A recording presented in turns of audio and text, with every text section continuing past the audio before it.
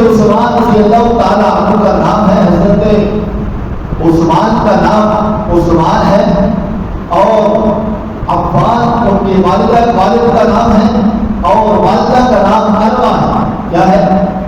اور آپ صلی اللہ علیہ وسلم کی 5ویں پشت یعنی کہ اپنے مناف پر سلسلہ نسب حضرت عثمان اور نبی کریم صلی اللہ علیہ وسلم کا جان کے مل جاتا ہے.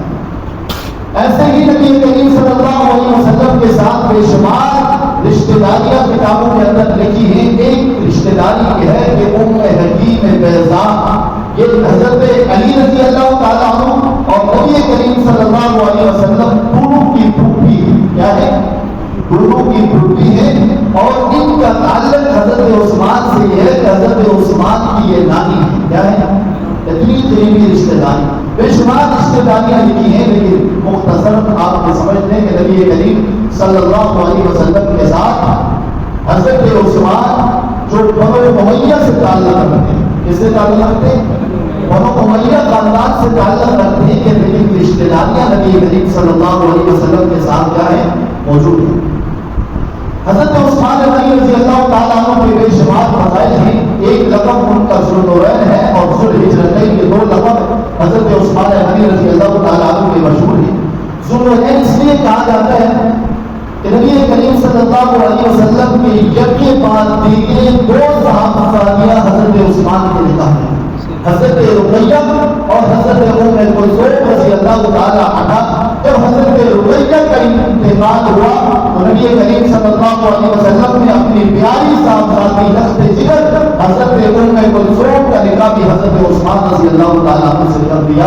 اور اس لیے حضرت علی رضی اللہ تعالیٰ عنہ فرماتے ہیں کہ عثمان آسمانوں کے 2 نوروں کے مالک ہیں. کیا ہے؟ 2 نوروں کے مالک ہیں. اور یہ خصوصیت کائنات کے اندر اللہ تعالیٰ نے کسی کو نہیں دی کہ جو حضرت عثمان کو دی ہے، کہ ایک نبی کی 2 صحابہ. اور بات یہاں پہ ختم نہیں ہوئی. حضرت ام کلثوم کا انتقال ہوا، حضرت عثمان غنی رضی اللہ تعالیٰ عنہ پریشان ہیں، اور پریشانی کی حالت میں بیٹھتے ہیں. نبی کریم صلی اللہ علیہ وسلم تشریف فرماتے ہیں کہ عثمان اگر میرے پاس اللہ نے اگر مجھے 40 بیٹیاں دی ہوتی تو یک کے بعد دیگرے تیرے نکاح میں دے دیتا، یعنی کہ ایک کے فوت ہو جانے کے بعد دوسری تیرے نکاح میں ہوتی. اور ایک روایت کے اندر 100 بیٹیوں کے بارے میں آتا ہے کہ عثمان اگر اللہ نے مجھے 100 بیٹیاں بھی دی ہوتی تو یک کے بعد دیگرے تیرے نکاح میں دے دیتا. اسی وجہ سے 2 لوگوں یعنی کہ 2 صاحبزادیوں کے شعر تھے، اس کی حضرت عثمان کو کیا کہتے ہیں؟ ذوالنورین.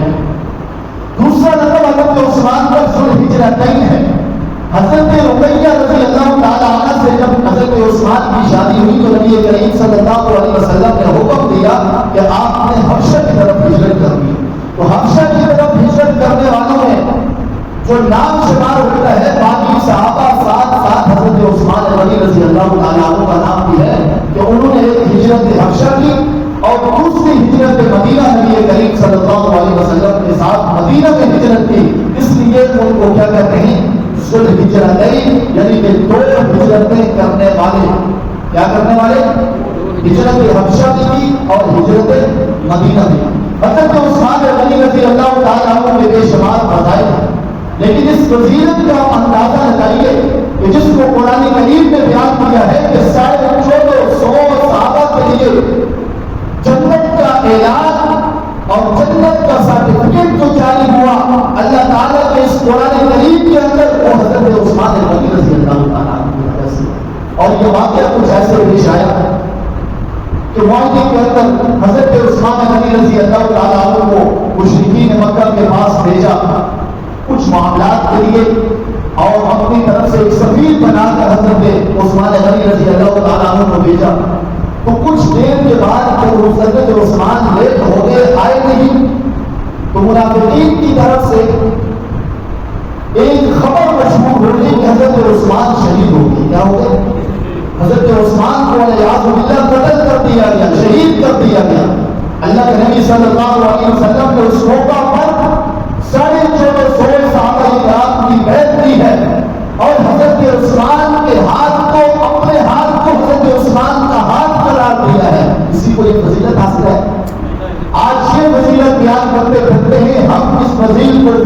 کو مانتے ہیں، لیکن دوسری فضیلت کی وجہ سے تمام صحابہ سے اکثر ایک شخصیت کو کہہ دینا یہ کوئی انصاف کی بات نہیں ہے۔ حضرت عثمان غنی رضی اللہ تعالیٰ عنہ کی اس فضیلت کو کون کون سکتا ہے کہ اپنے ہاتھ کو کہہ دے لہٰذا یتیم عثمان، یہ حضرت عثمان کا ہاتھ ہے۔ کس کا ہاتھ ہے؟ حضرت عثمان کا ہاتھ ہے۔ یہ سب سے بڑی فضیلت اور صرف یہ فضیلت ہے تو یہ کس کے لیے ہے؟ حضرت عثمان غنی رضی اللہ تعالیٰ عنہ کے لیے ہے کہ نبی کریم صلی اللہ علیہ وسلم نے 1400 صحابہ کرام کو اس بات پر، ان کے ہاتھ پر اس بات پر بیعت کی کہ اگر حضرت عثمان کا قتل ہو گیا، شہید ہو گیا تو میرے ہاتھ پر موت پر آگے بیعت کریں کہ ہم مرتے مر جائیں گے، مٹ جائیں گے، کٹ جائیں گے، لیکن قاتلین عثمان سے بدلہ لے کے یہاں سے جائیں۔ یہ کس قوم بیعت ہے؟ آمنہ کا لال، عبداللہ کے درد یتیم، کائنات کے امام، انبیاء کے امام، تاجدار انبیاء، اللہ کے بعد سب سے افضل شخصیت بیعت لے رہی ہے اور اس کے اوپر بیعت لے رہی ہے، موت پر بیعت لے رہی ہے۔ اس پر بیعت لے رہی ہے، موت پر بیعت لے رہی ہے۔ ہمیں یہ اعتراض کیا جاتا ہے کہ آپ صرف صحابہ کیوں کرتے ہیں، صرف بپائے صحابہ کا نام کیوں لیتے ہیں؟ اس کا جواب قرآن کریم کی یہ آیت ہے کہ 1450 صحابہ کرام ہیں اور بیعت اللہ کے نبی لے رہے ہیں۔ بیعت کس کے لیے لے رہے ہیں؟ حضرت عثمان کے لیے لے رہے ہیں۔ یہ حضرت عثمان رضی اللہ تعالیٰ عنہ کی کیا ہے؟